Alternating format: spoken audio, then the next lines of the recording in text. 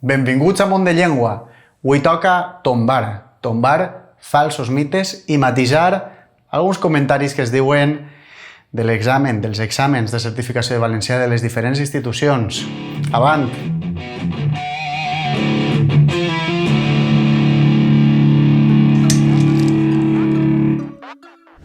Moltes vegades sentireu comentaris, mites, de gent que s'ha presentat a la prova de certificació i pot ser sense haver-la analitzat a fons del tot, doncs el que fa és d'alguna manera embolicar el futur aspirant que es pugui presentar a aquestes proves i necessita un poc de rigorositat al respecte. Per tant, tot seguit presentarem 6 mites, 6 falsos mites o comentaris que es diuen de l'examen que matisarem d'alguna manera. Mite o comentari número 1. Els valencianoparlants ho tenen més difícil per a aprovar l'examen. Això senzillament és fals. Per què? Els valencianoparlants i els castellanoparlants parteixen de dues realitats diferents, de dos punts de vista diferents. Per què?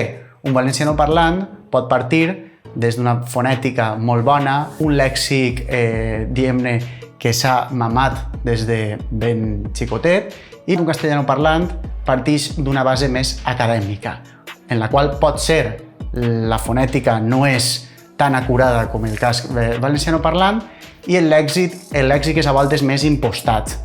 Què vol dir això? Que cal fer, diguem-ne, o cal fer un equilibri entre les dues realitats i arribar, diguem-ne, a eixa harmonia lingüística que és la que és. Un valencianoparlant haurà de depurar algunes qüestions de lèxic, algunes interferències que són molt notables, sobretot en les persones que parlen habitualment en valencià, però ha de mantindre's fidel a la seva parla, a la seva fonètica habitual, a la manera en la qual construeix els pronoms febles i, sobretot, no ha d'oblidar eixe pou de lèxic que ve dels seus avantpassats.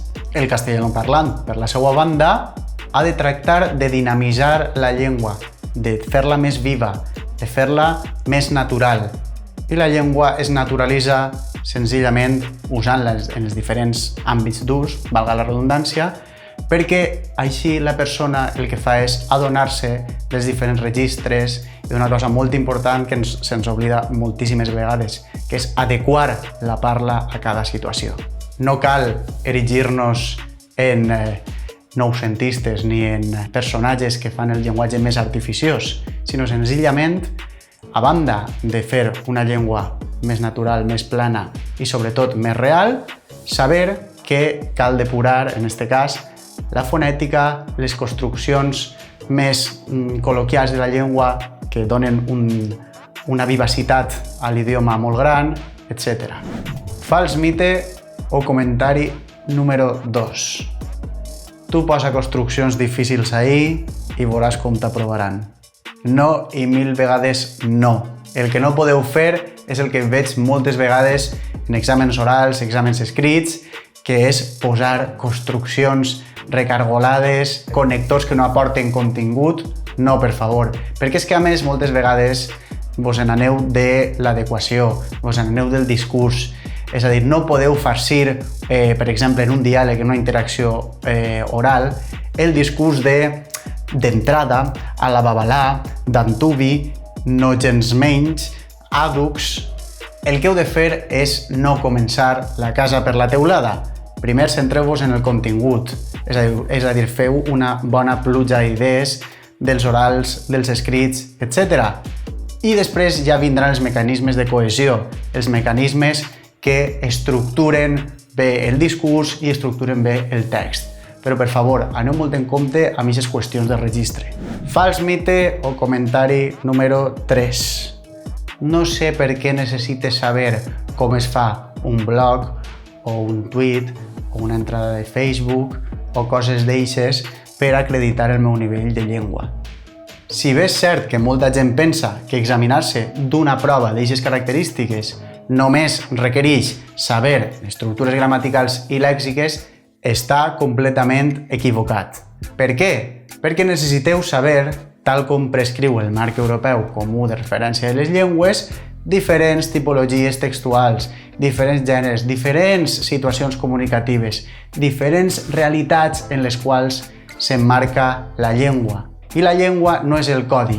Molt important, no podeu pensar que la llengua com a tal és el codi lingüístic. El codi lingüístic són les normes ortogràfiques, fonètiques, morfosintàctiques, lèxiques, etc.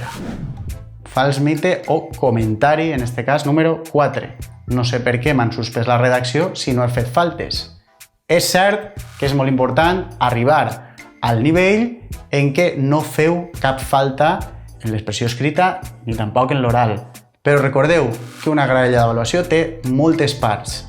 L'apartat de les propietats textuals, és a dir, la coherència, la cohesió, l'adequació, la normativa, que és la part que estem tractant també integrada, però no tot consisteix a no fer faltes. Hi ha gent, per exemple, que no s'adequa a la tasca que li estan demanant.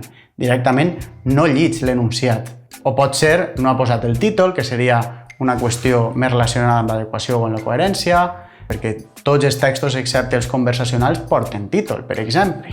O bé no ha fet paràgrafs, o bé els signes de puntuació tallen molt la sintaxi, és a dir, cosetes d'eixes que són més de cohesió interna, que poden fallar i nosaltres no ho sabem. Per tant, si heu de revisar l'examen, si heu de revisar la prova, reviseu-la. No feu judici de valor abans que res. Fals mite o comentari número 5. Triaré la que més allunyada estiga del castellà. Per favor, no feu això perquè acabareu tenint inseguretats normatives. Què vol dir això? Que no sabreu ja si la paraula que esteu dient és correcta o no. No, diré veure i no veure, diré faena i no feina, diré cervell i no servici, quan totes són correctes i a més estan incorporades al Diccionari Normatiu Valencià de l'Acadèmia Valenciana de la Llengua i no tenen marca ni de col·loquialisme, ni vulgarisme, ni res d'això. Per favor, heu de ser models lingüístics vosaltres també. Fals mite o comentari número 6. I si no sé res del tema del qual em parlen, doncs heu de començar a tindre moltes inquietuds pel que passa al vostre voltant, tant en l'àmbit local com en l'àmbit més global.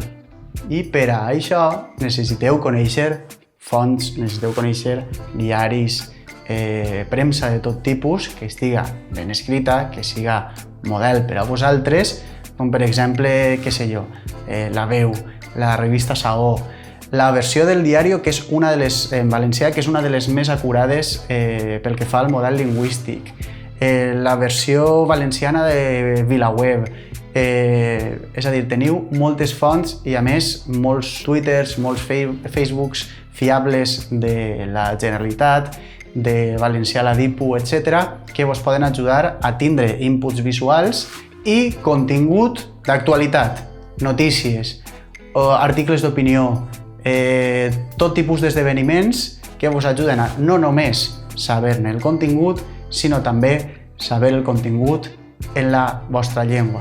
I fins ací el vídeo d'avui. No oblideu subscriure-vos, donar-li m'agrada a la campaneta perquè continuarem penjant vídeos, continuaré penjant material en el Drive amb vídeos comentats, etc. Gràcies per la vostra acollida, com sempre, i ens veiem en el pròxim vídeo. Feu bondat i a cuidar-se!